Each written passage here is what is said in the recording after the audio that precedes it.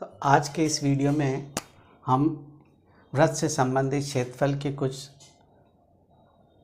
Terminology देखेंगे area related to circle.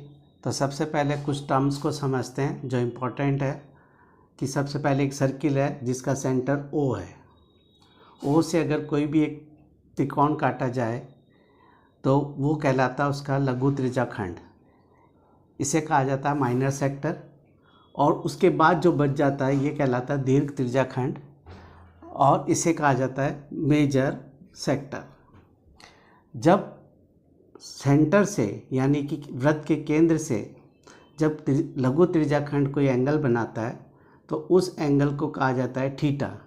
Theta means होता है अज्ञात कोण या अननोन कोण जो हमें फाइंड आउट करना होता है या जिसके बारे में हमें पता नहीं है, तो उसे हमेशा थीटा कहा जाता है।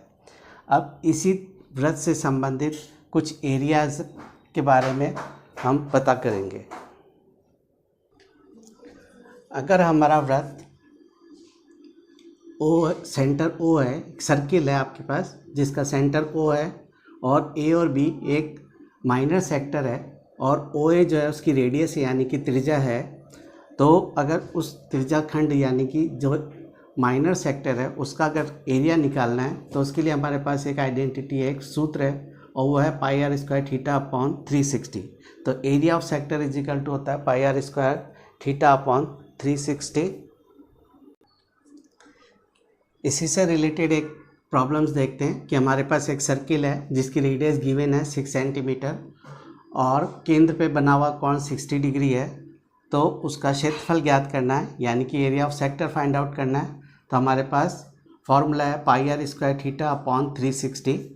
पाई की वैल्यू जो होती है 22/7 होती है और जब तक ये अंडरस्टूड है, जब तक हमें दूसरी वैल्यू नहीं दी जाए तब तक हमें 3.14 यूज़ नहीं करना है। तो 22/7 6 × 6 × 60, थीटा की वैल्यू 60 डिग्री है अपॉन 360। सॉल्व करें, सिंप्लीफाई करें, 0 से 0 कट, 6 से ये कट गया 6 टाइम और 6 से ये 6 कटा, तो आपकी वैल्यू हमारे पास आ गई। जो रिमेनिंग वैल्यू बची वो बची 22/6/7। जब इसे सॉल्व करेंगे तो हमारे पास जब ये सिंप्लीफाई करेंगे 132/7, 7 का भाग दे दें 132 में तो हमारे पास आंसर आ जाएगा हमारा 8.857 सेंटीमीटर है, तो सेंटीमीटर स्क्वायर। तो हमेशा जो यूनिट होती है क्षेत्रफल की या एरिया की वो स्क्वायर में लिखी जाती है, तो 18.857 सेंटीमीटर स्क्वायर हमारा आंसर हो गया। तो चैनल को लाइक करें, सब्सक्राइब करें। इसी से रिलेटेड एक और प्रॉब्लम्स है, एक और सवाल है हमारे पास कि area of circle find out करना है। उसकी परिधि दी हुई है, सरकमफ्रेंस दिया हुआ है 22 सेंटीमीटर और चतुर्थांश यानी कि क्वाड्रेंट दिया हुआ है 90 डिग्री। तो आपको इसका एरिया निकालना है। तो हमारे पास दो चीज़ नहीं है, एरिया नहीं है और रेडियस नहीं है। तो सबसे पहले रेडियस को फाइंड आउट करें। तो रेडियस को निकालने के लिए हमारे पास सरकमफ्रेंस है, तो उसका फॉर्मूला होता है C = 2πr।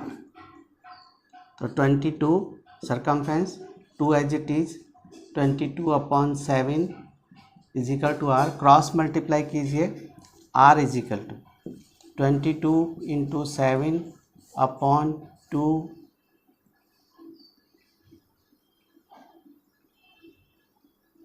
× 22।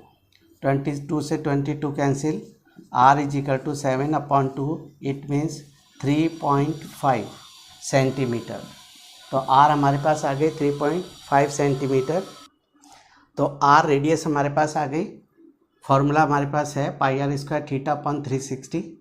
तो वैल्यू को इसमें रखेंगे, पाई की वैल्यू है 22/2, r 7/2, 7/2, थीटा की वैल्यू 90 है हमारे पास 90 डिग्री और 360 डिग्री। तो कट ऑफ हो, सिंप्लीफाई करें, 2 को इससे 2 का डिवाइड किया 22 में,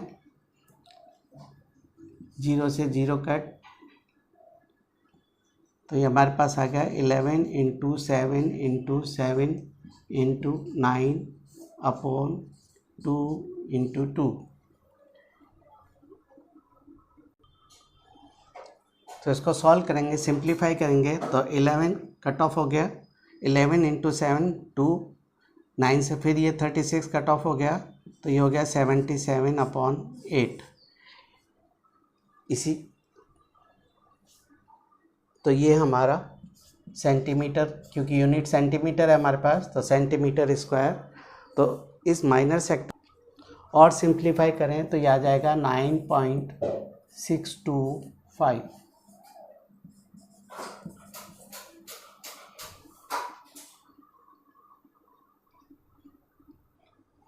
आगे हम दो और इम्पॉर्टेंट टर्म के बारे में बात करते हैं कि ये घड़ी है, घड़ी भी सर्किल है, तो 1 मिनट में जो मिनट की सुई है, जिसे बड़ी सुई कहा जाता है, द्वारा बनाया गया कोण होता है 360 अपॉन 60, यानी कि 6 डिग्री का कोण बनाती है 1 मिनट में। इसी तरीके से अगर छोटी सुई या घंटे की सुई की बात करें तो 1 मिनट में घंटे की जो सुई है वो हाफ एन डिग्री का कोण बनाती है 30 अपॉन 60 डिग्री। तो ये दोनों टर्म इम्पॉर्टेंट है, इसी पे आधारित हम कुछ प्रॉब्लम्स को देखेंगे।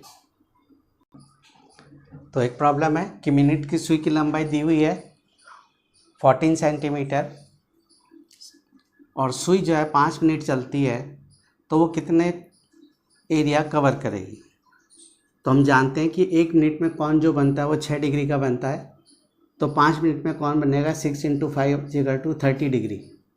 हमारे पास फॉर्मूला है pi r square theta upon 360, पाई की वैल्यू 22 अपॉन 7, आर गिवन है हमको दी हुई है 14 इंटू 14, और थीटा हमने फाइंड आउट किया है, पता किया है, वो है 30 डिग्री अपॉन 360।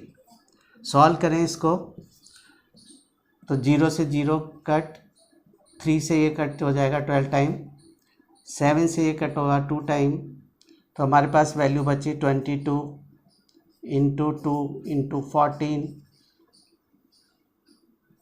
अपॉन 12। अगेन 2 से ये कट गया 6 टाइम, ये 3 टाइम, 11 टाइम, हमारे पास वैल्यू आई 11 इंटू 14 अपॉन 3। 11 को मल्टीप्लाई करेंगे 14 से तो 154 अपॉन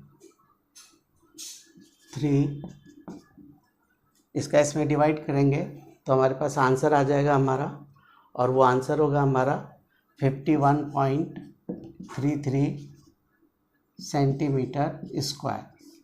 तो ये हम इस तरीके से हम घड़ी की सुइयों के द्वारा बनाया गया कोण और जो सेक्टर बनाया उसका एरिया हम फाइंड आउट कर सकते हैं। तो हमारे चैनल को सब्सक्राइब करें, लाइक करें और अपने कमेंट्स दें, ताकि आपकी तुरंत जानकारियाँ प्राप्त हो। इसी क्रम में आगे एक और इम्पॉर्टेंट टर्म के साथ चलते हैं, और वो है त्रिज्याखंड की लंबाई ज्ञात करना, यानी कि लेंथ फाइंड आउट करनी है। आपके पास कोई भी माइनर सेक्टर दिया हुआ है और उसकी लेंथ ज्ञात करनी है। तो हमारे पास दो टर्म है इसके लिए। पहली है कि त्रिज्याखंड की लंबाई length of arc pi r square theta upon 180, और जब अगर वापस एरिया निकालना है लेकिन आपको लेंथ और रेडियस दोनों दिया हुआ है, तब हमारा फॉर्मूला हो जाएगा area of sector is equal to 1/2 L into r. अब इसी पर आधारित कुछ प्रॉब्लम्स देखते हैं। तो इसी क्रम में हमारी एक प्रॉब्लम्स है, सॉल्व करते हैं उसको। कि एक सर्किल है जिसकी रेडियस गिवन है 21 सेंटीमीटर और थीटा दिया हुआ है 60 डिग्री। तो आर का ए बी, उसकी लेंथ फाइंड आउट करनी है।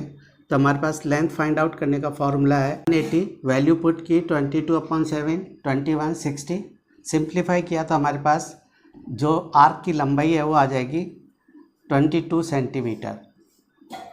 आर्क की लंबाई आ गई। तो दूसरी प्रॉब्लम है त्रिज्याखंड का क्षेत्रफल ज्ञात करना, एरिया ऑफ सेक्टर। तो हमारे पास फॉर्मूला है और वो है त्रिज्याखंड का क्षेत्रफल इज इक्वल टू होता है pi r square theta upon 360। Value रखेंगे सब में। पाई की वैल्यू होती है 22/7, आर हमें गिवन है 21 × 21, और थीटा की वैल्यू हमारे पास है 60/360। तो 60 से कट हो गया 6 टाइम, 7 से कट हो गया 3 टाइम, और 3 से फिर ये कट हो गया 6 2 टाइम, और 2 से 22 हो गया 11 टाइम। तो 11 हमारे पास जो संख्याएं बच गई उनको आप मल्टीप्लाई कर लें, गुणा कर लें उनको। 11 को 21 से मल्टीप्लाई किया तो हमारे पास जो आंसर आएगा वो आएगा 231 सेंटीमीटर स्क्वायर। तो इस तरीके से हम किसी भी वृत्त के आर्क को या चाप की लंबाई को पता कर सकते हैं, और उसी के आधार पर एरिया ऑफ सेक्टर यानी कि त्रिज्याखंड का क्षेत्रफल भी पता कर सकते हैं। तो हमारे चैनल को लाइक करें, सब्सक्राइब करें, ताकि हम आपको और शॉर्ट ट्रिक और आपकी प्रॉब्लम्स को सॉल्व कर पाएँ।